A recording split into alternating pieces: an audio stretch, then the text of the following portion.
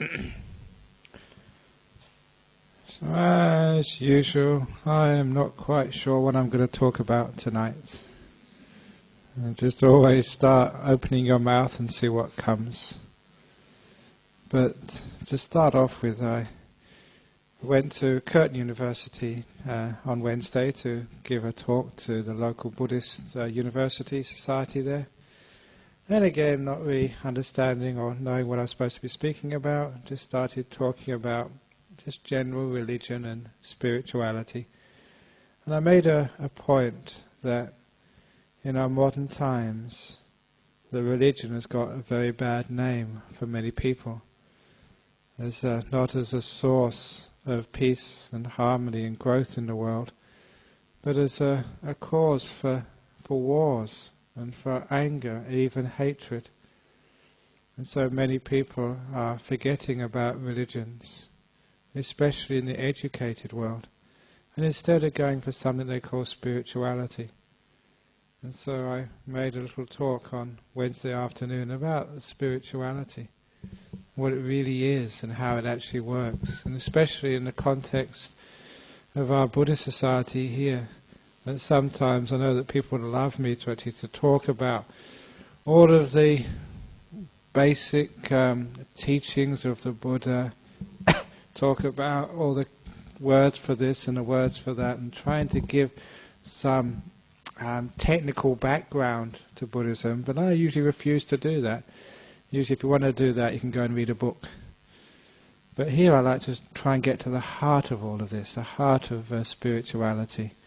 And one of the things I was talking about on Wednesday afternoon was, the part of spirituality called like compassion and kindness. Because every religion, every path would profess to have love. But sometimes we kill each other for the sake of our love. And we argue with each other for the sake of our love. And obviously there's something going wrong there. Why is it that this spiritual love, this kindness, this compassion should be creating a better world? But why is it that we have too many wars, too many arguments, too many quarrels, and we find it hard to live with each other? And so I made a point which I've been talking about a lot recently, about the spiritual path. It goes in the wrong direction if all we ever think about is ourselves. Just as the spiritual path goes in the wrong direction if all we ever think about is the other person. Compassion is not just thinking of the other. Compassion is not thinking about oneself, nor is it thinking about both of them. There's another place where I think compassion needs to be aimed. And the point of the little talk I gave at Curtin was actually the point where the compassion should be aimed. It's not at the other, not at yourself, but the place between you. That space between the other person and yourself, in the space where relationship happens. That's where compassion should go. That's where love arises. I know that sometimes I remember reading about some Christianity and people actually claiming that love comes from a God, as if that's the originator, as if that you have to believe in a God for compassion, for kindness, for love to arise, and that is wrong. There are many atheists who are just the most loving and kind people. And there's another place where that kindness and love can come from. But you will find that if you focus on the other person, you may start with love, but after a while there'll be hatred and anger. Isn't that so? You started off falling in love with your partner. And how long does it last? Sometimes only a week or 2 weeks before you have the first argument. But the point is, why are you getting angry? Because we're focusing on the wrong spot. If you focus on the other person, or you focus on yourself, then there's no spirituality there. That's almost like materialism. The material them or me. There's something else. And this is what I call focusing on what's between you. So those of you who have a partner, don't think of them. Don't think of yourself. Think of what's between you. And when we start to focus on that point, we start to actually, a whole area of spirituality opens up to us. And that whole area of spirituality which creates enormous amount of growth and solving of problems is not just people but events, things we have to deal with in life. It's not us which is a problem. It's not the event which we have to experience which is a problem. It's what's between us is a problem. How we relate to it. There's a person who came up to see me just a few moments ago, and they just said they had good news and bad news. I hope you don't mind me saying this. The good news was they got cancer. Oh, no, I got it wrong way around. No, maybe I should say it that way. Get it the wrong way around. And the bad news was they're getting married. No, I got it the wrong way around. Or did I? I don't think they would mind. But anyhow, it's really both good news as far as I can see, because it doesn't really matter whether you're getting married or not. It doesn't matter whether you're getting cancer or not. What's important is what's between you and the cancer. What's between you and the getting married business. How we adapt and relate to these things. That is where compassion, where love, where wisdom arises. And this was one of the great things which I was impressed with in Buddhism, was that here was the Buddha actually saying, it's not that cancer is wrong, it's not that marriage is right, it's not that death is a big problem, it's not that sort of grief is the difficulty. All the problems seem to be our relationships to these things. When you call like attachment, craving, anger, sort of ill will. If you look at those things which in Buddhism we make like, the evil, if you like, the devil or whatever you wish to call it, it's not a being, it's actually what lies between things. That's where the problem lies. So sometimes you think, oh, maybe I've got too many possessions, which is what somebody else was saying. When I was asking people, what should I talk about tonight? I said, I'll talk about we've got too many possessions in life because they almost died recently. And think, my goodness, if I did die, we'll look after all that rubbish I've collected. It's not the rubbish you've collected. It's not the material possessions which is the problem, or the lack of them. It's actually what's between you and those possessions, how you relate to them, how you use them, how you make a life between them. That's where the problem lies. Because sometimes that you can live very wonderfully and peacefully, having very little, just like us monks. Sometimes, just think, I was saying to someone today, that I haven't got any money in my pocket, because I haven't even got a pocket to put any money in. I am a monk. If you look at my robes, there's no pockets in there at all, so I don't know where I'd put any money if you gave it to me. But you're still happy, even in your poverty. And some other people are incredibly wealthy, and they're happy with their wealth. So does it really matter whether you're rich or whether you're poor? Sometimes people are very miserable in their poverty, and sometimes they're very miserable with their wealth. It does not matter how much you have. What's important is what's between you and those possessions, how you regard them. If you regard those possessions as something to protect at all costs, and as many people say these days, it's not that you own the possessions begin to own you. If you haven't got anything, sometimes your poverty begins to own you, and you have the wrong attitude towards those things. If you have cancer, it's a cancer. If you have the wrong attitude, the cancer starts to eat at you. However, if you have the right attitude, so the cancer is this beautiful test, this beautiful path which you have to really work hard at.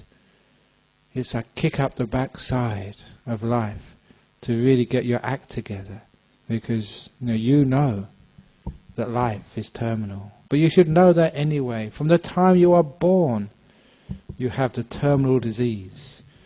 You don't need to go to a doctor to be diagnosed with a terminal disease as soon as you are born. You can come to a monk, and as soon as you are born, I'll say, you have got the terminal disease called life. You're going to die. I maybe give you 80 years, maybe 90 years at most, and then you're going to die. So because of this, it's not the death which is the problem, it's not the life which is the problem, it's the way we relate to it. And this is where the idea of compassion should really come in. Because when we have compassion or loving kindness in religion, what actually is it? You know that old story, my definition of compassion, loving kindness from my Father, the door of my heart is always open, no matter what you do, no matter who you are. A good way of looking at that is a person who can express that degree of compassion and kindness to another, is there's nothing between them. Sometimes when we put things, objects between us and another person, then there can be no meeting. And when there's no meeting, there can be no compassion. So what do you sometimes put between you and say the cancer, or you between that person, or you between the events of your life?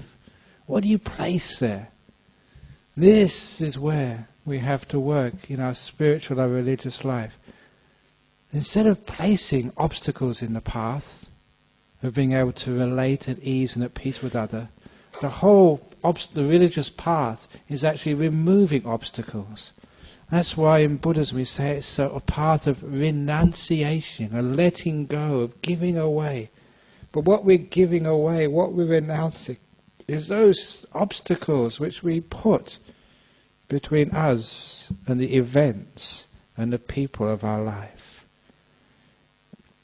When you lose your job, it's not the case that you've lost your job is the problem. It's not you which is the problem, so we don't look at guilt or the idea of self-inadequacy. We look what is between us and losing the job. And if there's problems there, we put all these difficulties and obstacles, we can't enjoy it. It's wonderful losing your job. You don't have to wake up early on a Monday morning. You can sleep in. You can watch the TV, or you can go to the monasteries. We've got 2 monasteries here for your use. You can go there when you lose your job. Isn't it wonderful you've lost your job? Isn't it wonderful you've got no money? It means you don't have to feel guilty about not giving a donation. There's so many. And you can give other people an opportunity to practice their compassion on you because you're poor. It gives Mr. Costello a reason to be generous by giving you income support, whatever it is. If we didn't have any poor people in our world, where could kindness come from? So any of you have lost your job and are really, really poor, you're such an important part of Australia. Without you, where would St. Vincent de Paul, the Salvation Army, be? They need you. You're really important. So the point is that when we look at these things in a positive light, what we're actually doing, we're actually putting something beautiful in between us and what we're going to experience in life. Now this is what we mean about spirituality. What's between us and what we experience. And once you get that idea, it's not them, it's not what I'm experiencing, and it's not me, then so many of the problems of life have disappeared and gone. We tend to go to those 2 extremes. It's the fault is out there or the fault is in here, instead of looking at what's between those 2. When we say the fault is out there, we start to complain. We get angry at our partner in life and we want to change them and get rid of them and just go to the lawyers. It's not your husband's fault, it's not your wife's fault. Many of you have learned that by now, by getting married again. And you find it's the same again, here we go again. You find it wasn't that first partner's fault because the other one you get is just the same. So it's not their fault. Sometimes you have kids and you think, oh my goodness, my kids. But then you go to these therapy groups where you see other people with similar kids, you find it's just the same again. And it's one of those amazing discoveries I made. When I became a monk, the first few years, you didn't really talk to many people. You just stayed by yourself and meditated. But there came the time when I started teaching. When people would come up to you and ask their problems. And the first person who came up to ask their problems, I thought, that's really interesting. The second person who came up, I thought, I've heard that before. And the third person, here we go again. And it's all the same problem, maybe dressed in different clothes, but it's always the same problem. Well, it's actually basically two problems. It's either their fault or it's my fault. That's their two problems. If it's my fault, we think, I'm not adequate enough, I'm hopeless, I can't do these things, no, I can't hold a relationship together, I can't get a job, I can't meditate, I can't do anything.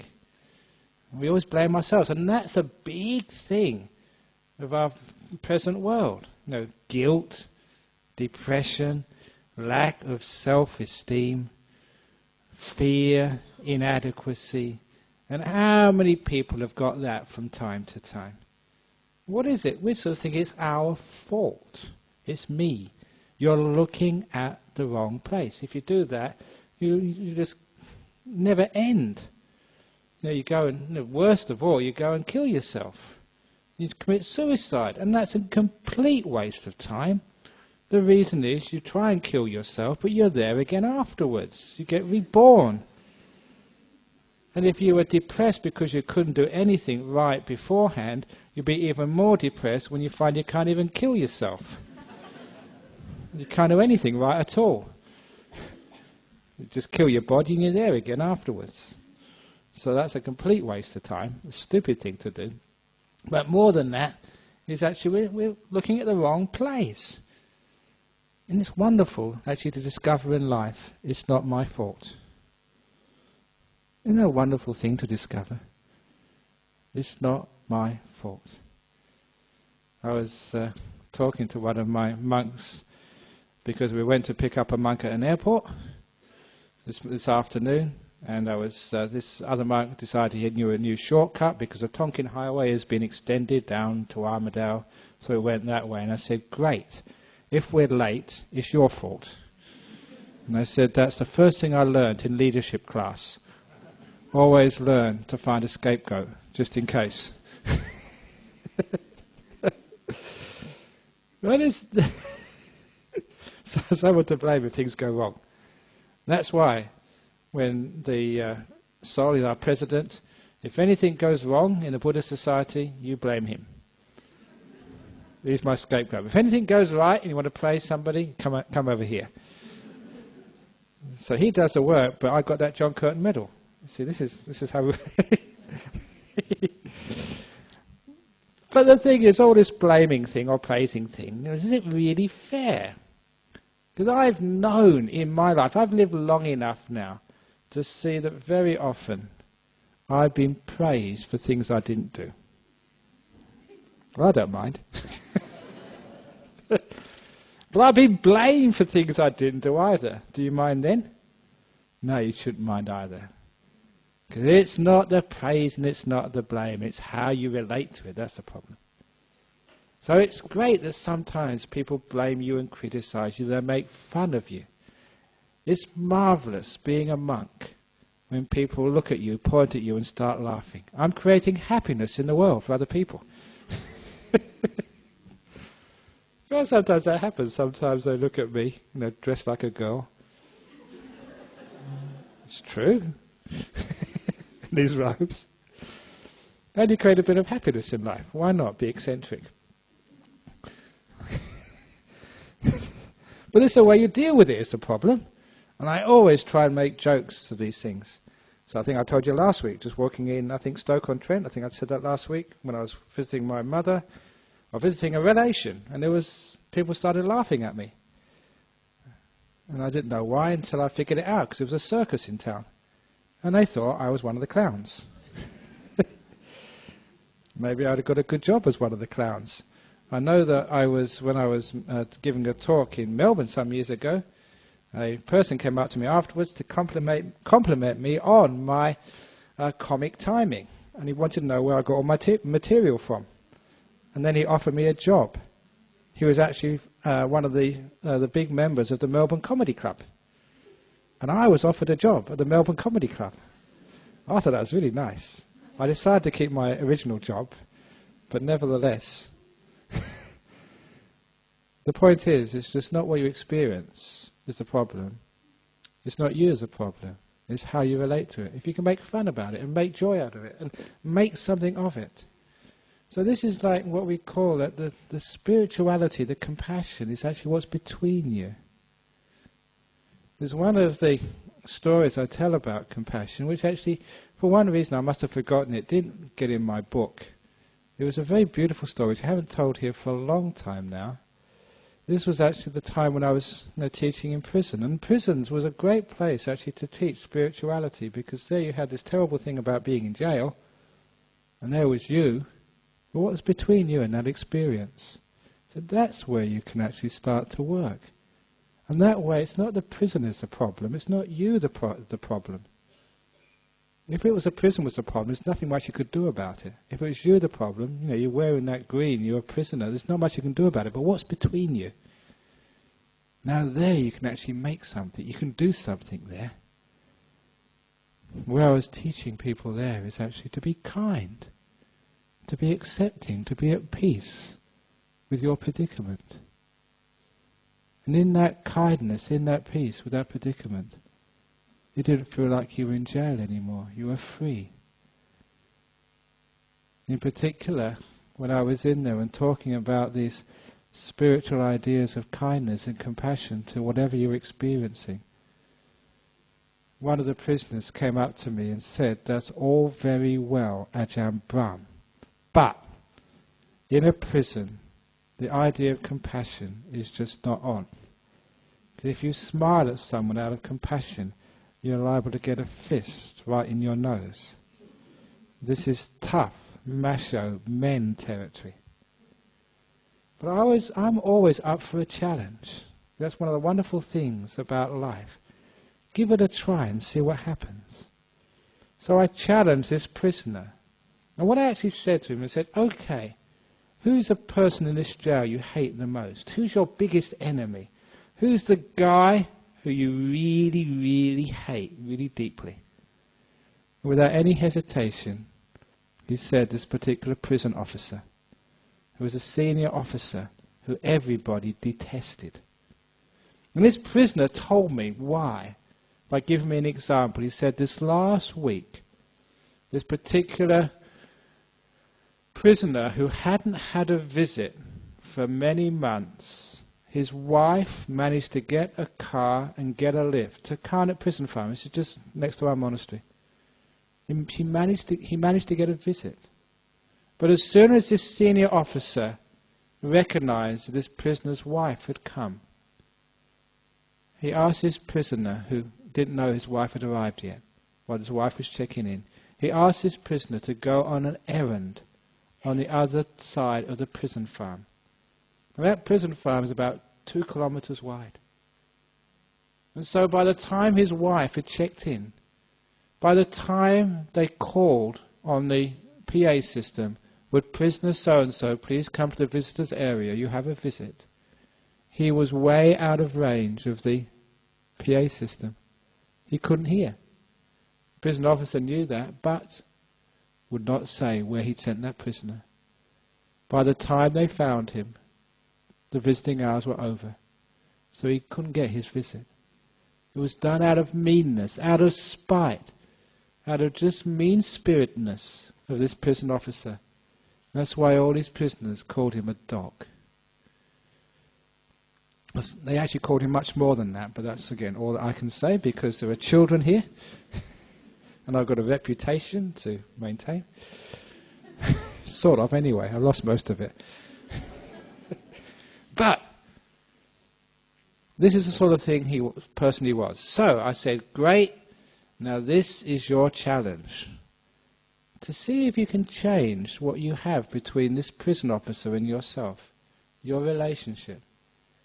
Because at the moment there's a big barrier there between the two of you. So you can't really relate. See if you can break that barrier down. By kindness, by loving kindness. And I mention this because this is one of those success stories. If a prisoner could actually change one of these terrible prison officers, then surely you can do something with your partner. Or with your cancer, or whatever it is you've got. Because I told him, sort of every time you relate to that dog, relate to him with as much metta, with as much loving kindness, with as much gentleness, with as much concern, with as much respect as you can possibly muster. To actually put the attention, not with him, because if it was him, you'd just see the dog there. Not just with you, the recipient, the victim, but what you've got between you. Make that beautiful. So he did this. When I went back a week later, he said it's a waste of time. I said, of course it takes a long time to change relationships, but carry on. Because this particular prisoner had a job. Everyone had to have a job in the prisons, and his job was actually looking after the senior officers, in the people who did all the paperwork. And he had to make them tea or coffee every day. So I told him, every time you make a cup of tea, the relationship you have to that cup of tea or coffee, make it wonderful. So when you're making the coffee, you see the coffee, you see what's in between them. Make it beautiful. So you put love there, you put care there, you put respect there.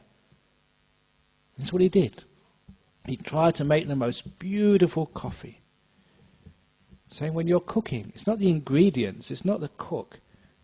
It's just how the cook and the ingredients relate together. That's where the beautiful meal comes from.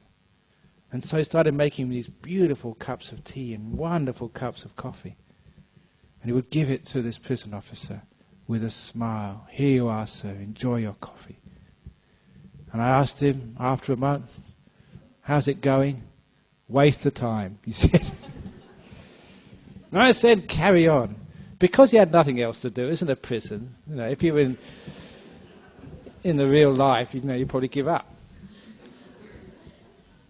But being bored, nothing to do, he carried on. And the great thing was, we got our breakthrough after about 2 or 3 months. I forget exactly how long it took, but roughly about 2 or 3 months. When I came to teach the meditation class, and he came up to me smiling, this prison officer. I said, what's happened? He said, we got a breakthrough with this dog. So what happened? He said, I gave him this cup of coffee and I made it really nice. I got some special biscuits from somewhere and I gave it to him and I said, here's your beautiful cup of coffee, sir. Enjoy it. And this prison officer, without looking round, said, I got a grunt out of him. He acknowledges me. I'm there. It's the same, with your husband or with your wife. Sometimes just a grunt is the breakthrough. You crack the damn wall. And as you know, when that crack comes in, it's very, very small time before the whole thing starts to disappear. You've got a relationship going there. There's a connection. You've made that connection. A grunt has come back. And it was like that. About 2 or 3 weeks later, he came up to me and had an even bigger smile.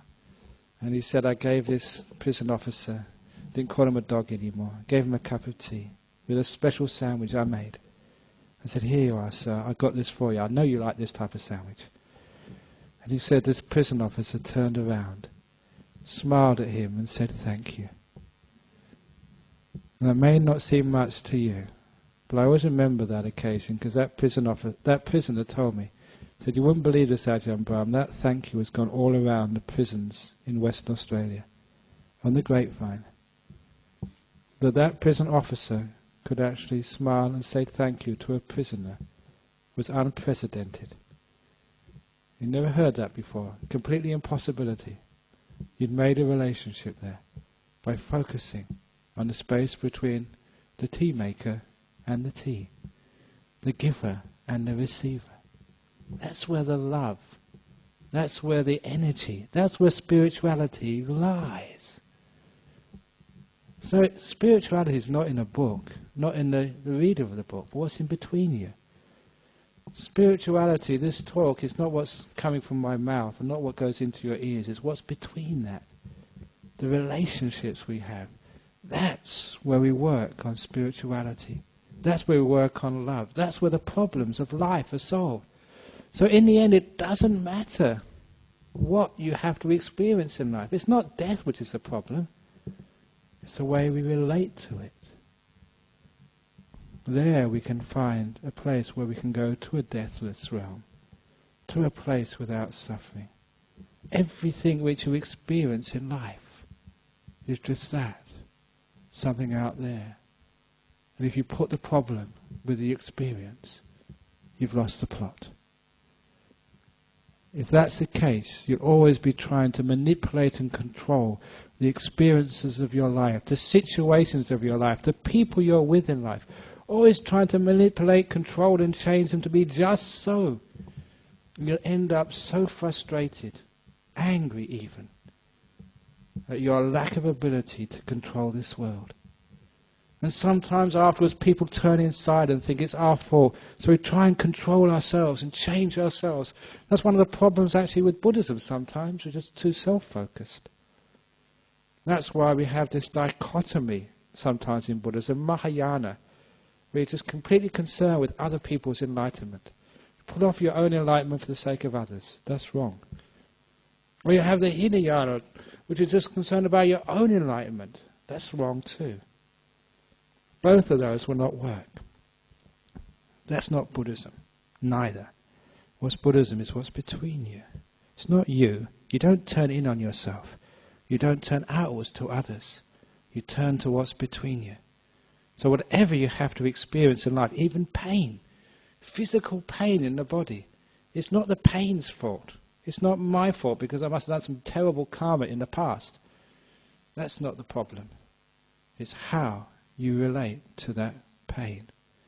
So next time you're in agony, look at the pain, look at the experiencer, and see what's between you. A lot of times there you will see this terrible negativity, this terrible I don't want, this controlling when you're not relating to pain in a proper way. There is something you can do. If you try and get rid of the pain, you can't get rid of the pain. If you try and be tough and be strong and grit your teeth and say, I can enjoy this, I can endure this, I can endure this, you won't be able to. You're looking in the wrong place. But look what's between you. It's amazing what you can do in that place. Because there, you can actually say, I can put some love and compassion there. Pain, the door of my heart's open to you. I'm not going to block you. I'm not going to put a big barrier to try and prevent me from relating to you in an open, compassionate way. Which is why that little phrase, my father said to me, son, the door of my heart's open to you no matter what you ever do. I relate that to all things in life. Pain, the door of my heart's open to you no matter what you do.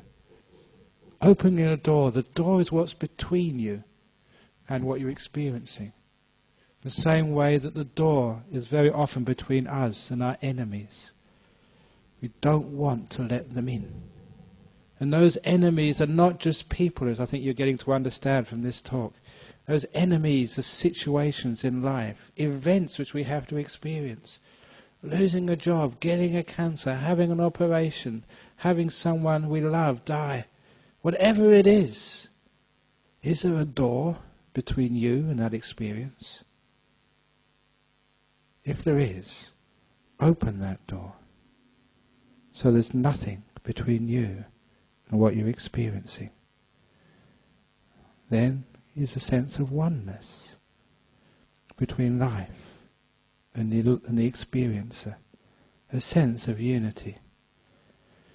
This is how I practice in my meditation. This is what I learn from meditation, how I do the meditation.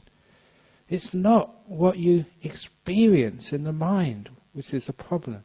It's always how you're experiencing, which is why in Buddhism we've got something we call the Five Hindrances. This is a bit of technical Buddhism, just to give this talk a bit of class. The Five Hindrances are desire, ill will, sloth and torpor, restlessness and remorse, and doubt. If you look at what those things are, it's nothing to do with what you're experiencing. It's nothing to do with you.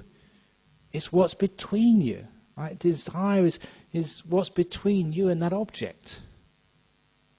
You can just go past a shop. You've got that sort of, especially if you're a monk, that beautiful cake there in the afternoon when you can't eat it, because we're only allowed to eat in the morning. It's not the cake's fault, it's not my fault, it's what I put between me and the cake. No, I want. Oh, that's really delicious. It's amazing as a monk. I've found that whatever is in the afternoon always is very, very appealing. When I get it in the morning, I can eat it, it's not so delicious anymore. It's amazing just how fantasy makes these things delicious. For example, just think of your favourite food right now. Just think of it.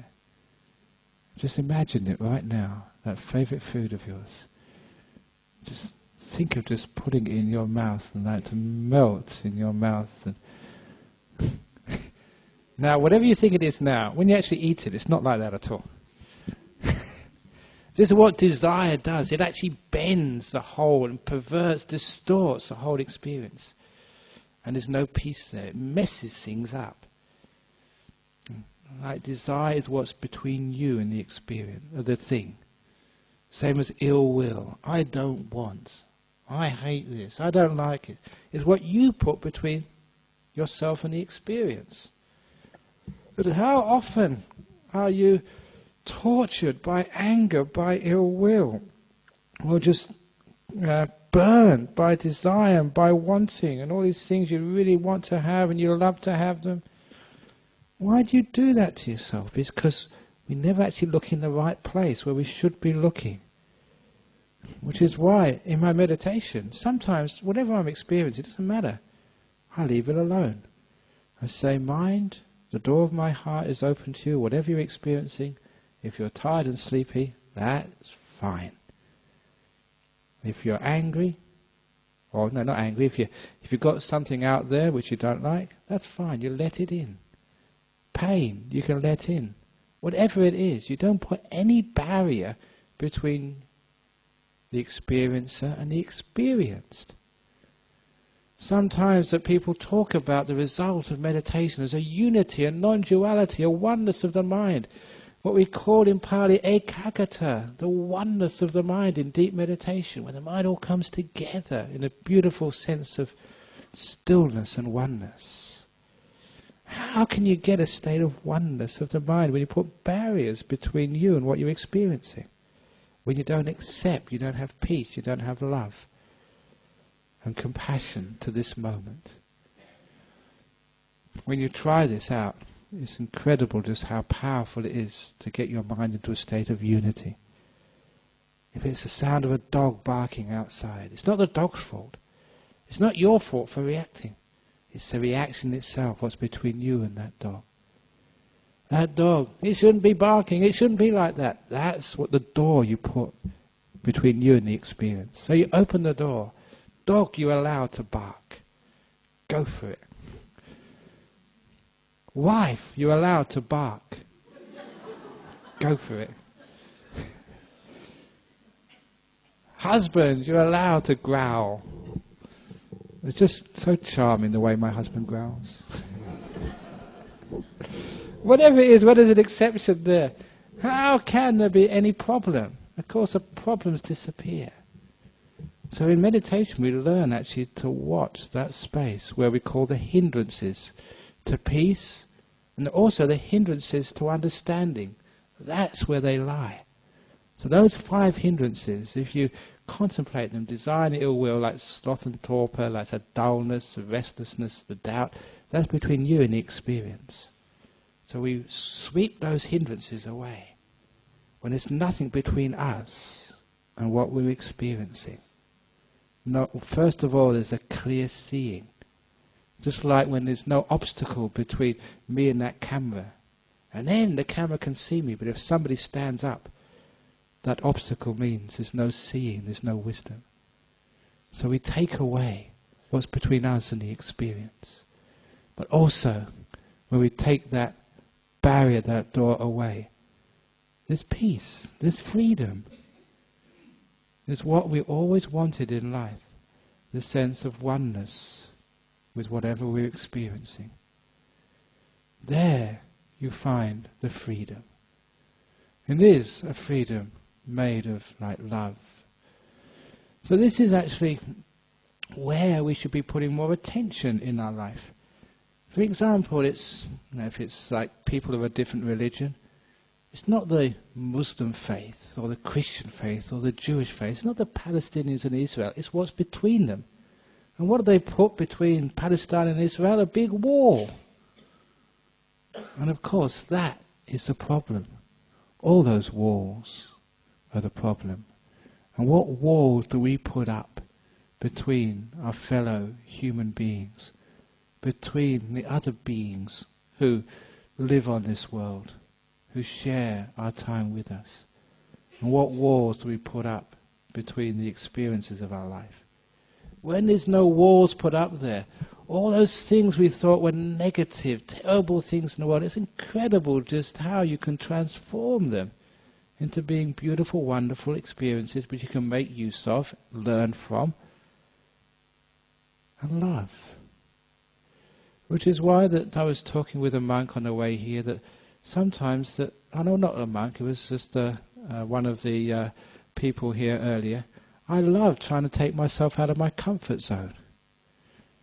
Recently, one of the people in Singapore was telling me they wanted to invite me over to take part in a play.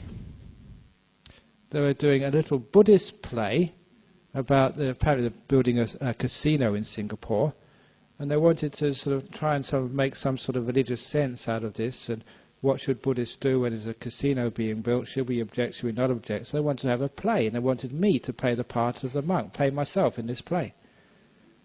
And I've never been an actor in a play as a Buddhist monk before, but I thought, that's cool, I'll have a go at that. Until they told me it was during our range retreat when I can't go, so I was pretty disappointed I couldn't go in the end. But I always love putting myself in places I've never been before, seeing what happens. Because that way, you're actually taking down those doors. Taking down your areas where you feel so comfortable, where you feel so secure. Taking those down and understand you can be secure anywhere.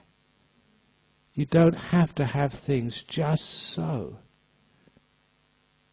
You can allow life to change.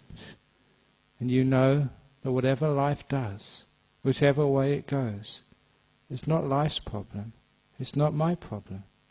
When I know how to make that which is between me and my experience pure, beautiful, loving, kind. Which is why that they say the Buddha never rejected any being, any person, no matter what class or caste they came from, no matter what gender, no matter what race they came from. Because when you make that pure between you and that person, it doesn't matter who they are. It's what between you. That is how we relate. So whenever you're talking to another person, if you have tiredness, and you put tiredness between you and the person talking to you, there's no communication there. If you put some sort of desire, what you want out of this conversation between you and that person, there's no real listening. If it's old ill will between you and that person, how can you really be with them? You have to clear that space so there's true communication. So try that the next time you're talking with somebody, especially if it's someone you've just had an argument with, someone there's been some trouble with, sometimes there's been some past karma with. When you're with them, whatever you see between you, sweep it away. Old stuff, sweep away. Fears for the future, sweep away. Tiredness, desires, whatever it is, sweep away. So that you look at that space between you and them and make it clear. of course then communication happens, peace happens, growth happens. You find you're becoming a spiritual person, becoming a saint, a holy one. Why do they call it a holy one? Because there's nothing between you and them, just a big hole. Holy one. I'm struggling very hard to make jokes for this talk. So it's not the joke, it's not you, it's what's between you and that bad joke. That's a problem. So that way, your kid and you, it's what's between you, that's the problem. So try and empty that out. What's between you and yourself? Have you got a barrier up between you and yourself? If there is that barrier there, that door, of course you never get peace with yourself. You never can live with yourself. You can always get into depression or anger, ill will, whatever it is. So this is why we always say, take down the doors between you and yourself. My little story about the door of my heart is open. That doesn't go far enough. That's only part one of my series of books on Buddhism. The next book of stories will not be saying opening the door of your heart. It's like tearing it off the hinges. That's the title of our next book. Tearing the door off its hinges and throwing it away and burning it. Because there's no door left there, not even to close, let alone open. So that way, there's nothing between you and what you're experiencing. No craving, no attachments, no ill will, nothing. Imagine you could do that in this world. Someone calls you an idiot. There's nothing between me and that. I can accept it fully. I can even love it. Thank you so much for reminding me of my stupidity. Or you have this terrible accident. Thank you so much for reminding me of just the impermanence of all my possessions. Or you win the lottery. Thank you so much for giving me the opportunity to help build the retreat center, which needs a lot of money, so you should or whatever it is. So, this is the way that we can actually practice that spirituality. So what spirituality is? Spirituality doesn't belong with Buddhism. It doesn't belong with Catholicism. It doesn't belong with some Pope or some Dalai Lama or some whatever it is. You find that spirituality is what's between, say, Buddhism and Christianity. That's why I mentioned last week, should have mentioned it more, this beautiful discussion, meeting we had with the Benedictine monks of New Norcia and the Buddhist monks at Serpentine.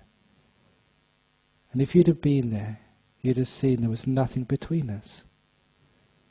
Which was wonderful to see, where people expected there to be barriers. There was none. Or even on Wednesday, the chaplain at Curtin University, Dr. Eric Van Dietze, I think he's supposed to be an Anglican, I think. He was actually the guy who nominated me for the John Curtin Medal last year. An Anglican nominating a Buddhist, which I compared to a Fremantle docker nominating an eagle.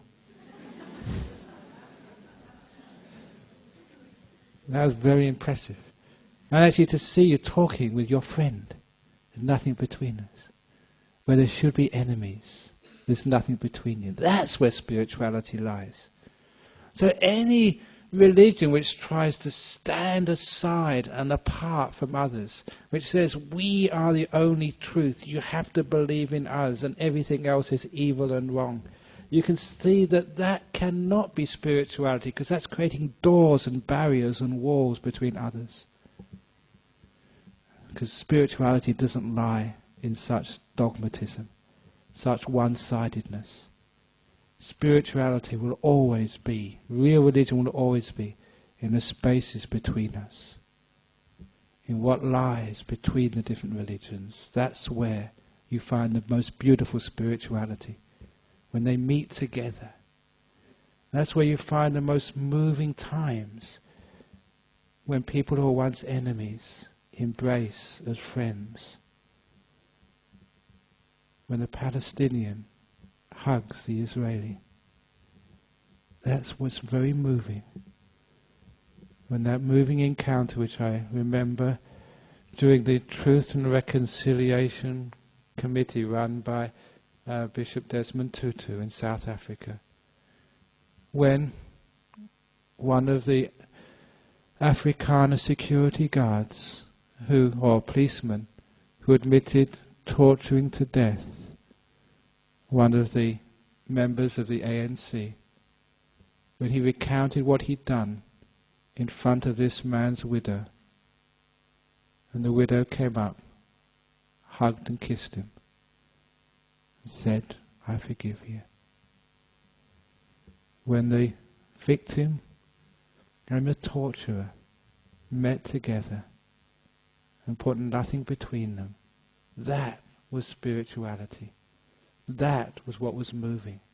That was where love lied. Love lied. Lies? Lay.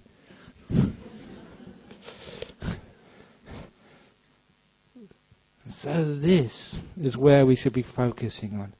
And once you learn that that's where you're supposed to be focusing on, your relationships, your life, your health, your possessions, material or lack of them, your friends, you can have friends who are Christian, you can have friends who are Muslims, friends who are terrorists, who cares? It's what's between you. And then of course there's no terror anymore. Everything gets melted away.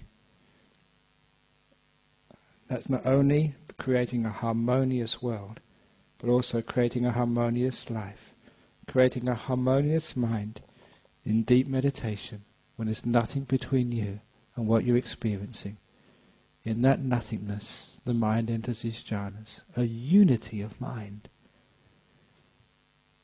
This is a path to Nibbana, to enlightenment, to a oneness, to a non-duality. Focusing on what's between you and the experience. There is where spirituality lies. Love doesn't come from God. Love doesn't come from wanting it.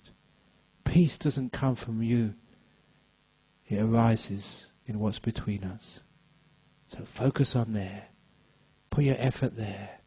And then we may have a harmonious, peaceful, happy world. And there we go. That's your talk for this evening.